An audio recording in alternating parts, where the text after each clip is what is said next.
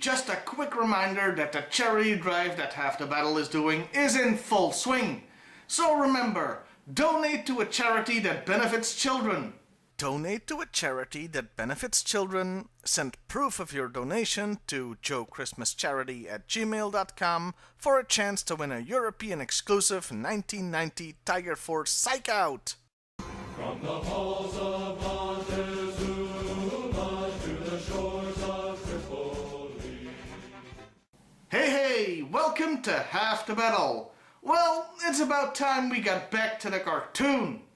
And this time, we'll see some real man-made climate change in Haul Down the Heavens. We start off with Duke informing Flint the Northern Lights have gone haywire. They're interrupted by Lady J in her Sky Striker. She's nuts.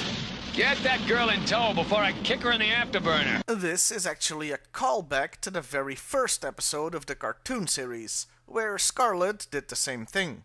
I guess the women of G.I. Joe really want to blast Duke away with a jet wash. This better be good. Depends on how you define good. There's a disturbance in the Aurora Borealis. It may be melting the polar ice cap. What? I might as well just level with you. The only reason I'm doing this episode is so that I can use this clip. Aurora Borealis. At this time of year, at this time of day, in this part of the country, localized entirely within your kitchen. Thanks, Super Nintendo Chalmers. Anyway, the Joes need to escort a UN science team to the Arctic to see what's up. I'm amazed you barbarous thugs can do anything constructive. My pleasure. It's certainly not mine. Oh, look, a new character who's antagonistic towards the Joes. We certainly never have seen that before. Could something fishy be going on? One short accident later... Look out! It's gonna topple!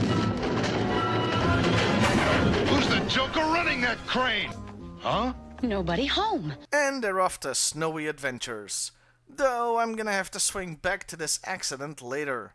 They end up in the Arctic camping out. How typically macho and paranoid. Next, I suppose you'll want to draft us. Not suspicious at all. During the night, one of the snowcats goes haywire. Another snowcat is so scared by this, it pees its threads. Or it's an animation error, either works for me. Also, Miss Inconspicuous turns German for a second. We must get out! And she has an explanation for the problems. Ionization from the Aurora started the motor. The machine simply ran wild. Or it's swamp gas reflecting the light of Venus or something like that.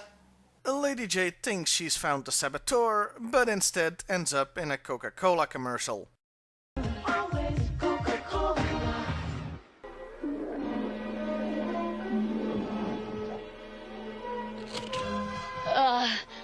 On second thought, help yourself. Come on, Flint! Why are they chasing after the polar bear? So he took one pack of what I assume is food. Just let it go, dudes. It's a good thing they did follow it though, cause it leads them straight to a Cobra base. What's that? Awesome! Now, I was gonna be nice here and say that it really is a very cool looking base. Awesome! But if the cartoon starts patting itself on the back because of the artwork, well, screw that then. Before they can do anything, they're interrupted by Dr. Not a Spy. Question, how the hell did she catch up with them? She doesn't have a vehicle, so what, did she run really fast? Also, how did she know where they were going anyway? They were following a bear that could have basically run anywhere. And we find out the good doctor isn't as, good as we thought she was. Merely your enemy. The Baroness! It's the Baroness? Not since the ending of The Sixth Sense have I been blown away by such a twist! After a confusing chase scene, Flint and Snowjob are in trouble. No, look at the sequence. Cobra is behind them, then they jump some ice, and all of a sudden Cobra is in front of them. Less.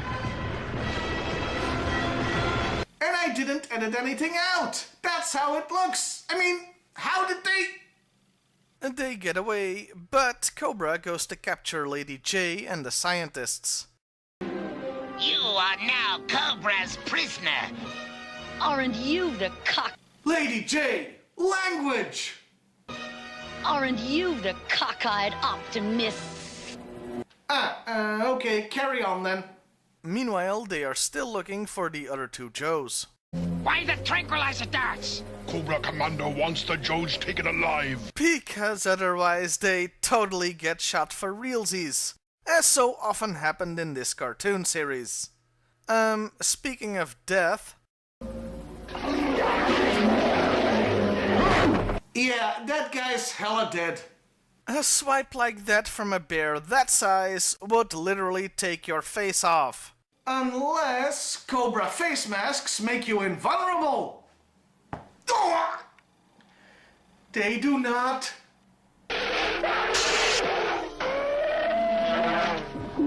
Take him back to base. When he wakes, he'll make a fine pet for Cobra Commander. Why is everybody so obsessed with the damn bear? In a surprising display of competence, a Cobra trooper stops Snowjob from escaping and even sticks him with several tranquilizer darts. Oh, and in the meantime, Flint gets captured, but that's not really that important. You stinking... Okay, I'm gonna have to call bullcrap on that one. One dart takes out a huge bear, but Snowjob is still walking after 3? Well, I suppose you can build up a resistance over time, so the only explanation here is Snowjob is addicted to horse tranquilizer. Works for me! Well, it's about time we learned what Cobra's evil plan is. They plan to bring down the Aurora Borealis to melt the polar ice caps. The ion attractor generates forces strong enough to pull down the Aurora Borealis, eventually raising the water level 80 feet around the world. And then, with the world in chaos, Cobra strikes! Parts of my brain just died a little. Beware, Lady J. With so sharp a tongue, you could cut your own throat. Take them away! I think this metaphor only works if you're Gene Simmons. Meanwhile, the Joes have gotten wind something is up. They found the real doctor stashed in a motel and are mobilizing. Anticipating this, they've sent Firefly to deal with the problem. He puts acid in the jet fuel, which causes all the Sky Strikers to explode. Well, except one. Back with Snowjob, he's found by... well, I think they're supposed to be Inuit, given the location, but they're called Indians. Look, Indian village. What you doing all alone out there? It was the 80s, I guess? They understand enough of his delirious ramblings to contact the Joes, who then sent Ripcord in their only jet, and he's able to help his buddy. As per usual, instead of just shooting his prisoners, Cobra Commander makes them fight in an arena. I do like how an Arctic base just has a combat arena for some reason. Their opponent is... the goddamn bear that shows up so much he should be in the opening credits by now. While they're having their fun, the other Joes show up in hovercraft. Hovercraft. They show up in the Arctic, in hovercraft, in no time flat.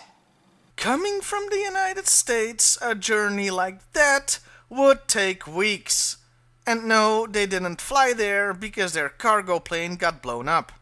So a battle breaks out and... We can't pierce their armor! bullcrap! Okay, they usually go through his tanks like they're tissue paper, but now they're invincible all of a sudden? Why, because the plot says so? Anyway, Flint and Lady J use the distraction to escape. They get to Cobra's doomsday device du jour, and rather than disable it, they turn it up to 11. I'm setting it to full power. You're what? A bold strategy. Incredibly stupid, but bold. And this, of course, causes the so-called indestructible tanks and the base itself to sink through the melting ice and be destroyed.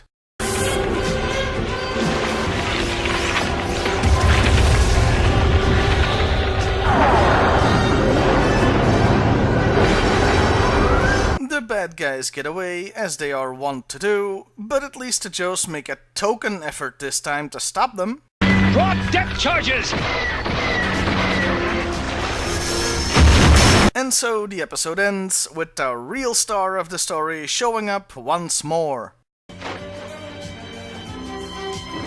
You're not just gonna let him nap there, are you, Duke?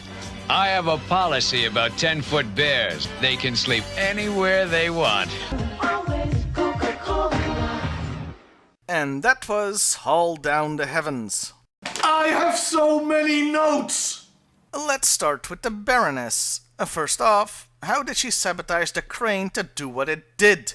The Snowcat I can sort of understand. It probably has a computer. But the crane?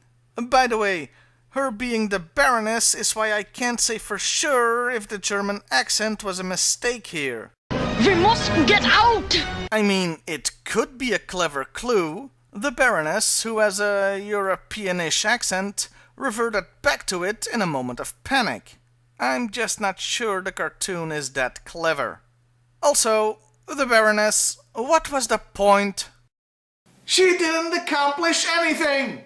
Outside of the crane and the Snowcat mildly inconveniencing people, she didn't do anything. Her being a spy or saboteur was superfluous to the plot. Yes, she did let Cobra know that the Joes were there, but they already knew that the Joes would be coming, cause otherwise, why would they have sent the Baroness to sabotage them in the first place? Next, there were a lot of animation errors. Like those tranquilizer darts disappearing between shots. And the most glaring ones of all have to do with the Cobra troops too.